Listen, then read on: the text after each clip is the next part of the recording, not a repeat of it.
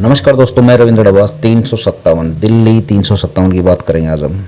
आप सोचते होंगे कि दिल्ली 357 ये क्या हुआ? क्या कोई कानून की धारा है? क्या आज मैं किसी क्रिमिनल सिस्टम पे बात करूँगा? जी नहीं।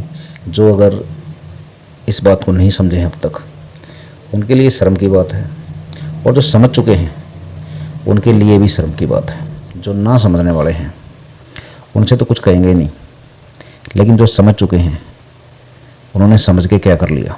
दिल्ली 357 है, दिल्ली के 357 गांव, जिनमें से 7-8 गांव बर्बाद हो चुके हैं, बिल्कुल ख़त्म हो चुके हैं, जिनका नामो निशान बिल्कुल मिट चुका है। बड़े दुख की बात है, उनका नाम लेने वाला भी अब कोई नहीं है। क्या पता उनके मूल निवासी सिस्टम ने कहाँ कहाँ फेंक दिए, और बाकी जो दिल्ली के गांव थे वो चुपचाप तमाशा देखते रहिए। कुछ नहीं किया इन्होंने, ना उन गाँव का कोई समर्थन किया। वो 7-8 गाँव बर्बाद हो गए बिल्कुल। और ऐसा नहीं कि ये 2 दिन में 4 दिन में या अचानक हुआ है, जी नहीं। उन गाँव ने काफ़ी संघर्ष भी किया, लेकिन वो गाँव सिर्फ अकेले ही संघर्ष करते रहे। इन दिल्ली 357 गाँव ने किसी ने भी जाके उनकी मदद नहीं की। दिल्ली कहते हैं कई बार उजड़ी है और कई बार बसी है, तो दिल्ली एक बार फिर ख़त्म होने के कगार पे है। पिछले 20-25 साल में दिल्ली की 13,000 एकड़ ग्राम सभा की ज़मीन, समझिए, ये सिस्टम ने अपने कब्जे में ले ली है। और बात ये फैलाई जा रही है कि ये गांव की ज़मीन है, लेकिन अब गांव का कोई हक नहीं है इस पे। ये सिस्टम ने इसलिए ली है कि ये गांव अपनी ज़मीन को बचा नहीं सके।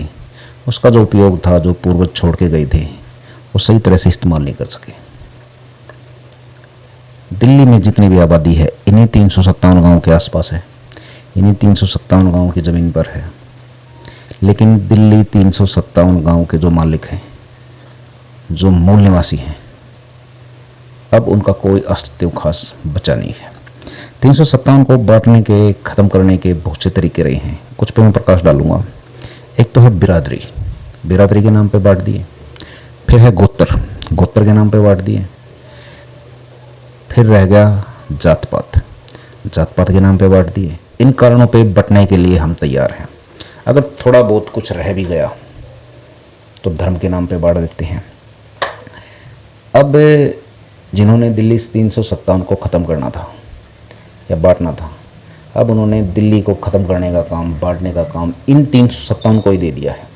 क्योंकि हर एक गाँव में आप जाओगे तो राजनीति के कई मुख्य चेहरे मिलेंगे, जिनमें से ज़्यादातर यही काम कर रहे हैं कि वो गांव की लड़ाई नहीं लड़ रहे, वो गांव के हक की लड़ाई नहीं लड़ रही।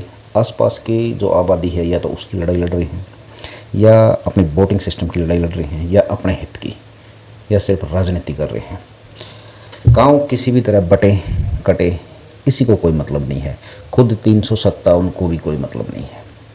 ये 357 गाँव अपने अस्तित्व के लिए क्या कर रहे हैं? कुछ इन गाँव के तालाब, कुएँ, पंचायत घर, स्कूल, खेलने के ग्राउंड, सब पर कब्जा कर लिया है सिस्टम ने।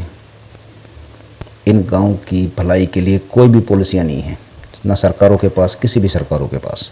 पिछले 20 साल, 30 साल, 40 साल, जितने भी साल से रहे हैं, इन गांव की भलाई के लिए किसी ने कुछ भी नहीं किया है। थोड़ी बहुत यदा कदा कभी हो जाती हैं, वो एक वोटिंग सिस्टम होता है, और गाँव वाले ज़्यादा आवाज़ भी नहीं उठाते। दिल्ली के 357 गाँव अब कूड़े का ढेर बने हुए हैं। नहीं बने हुए हैं तो सिस्टम बना देता है। कोई सी भी सरकार आती है तो कुछ ना कुछ पॉलिसी ऐसी ले आती हैं जिनसे इन 357 को सिर्फ नुकसान ही पहुंचता है, और ये 357 भी इन गतिविधियों में शामिल रहते हैं।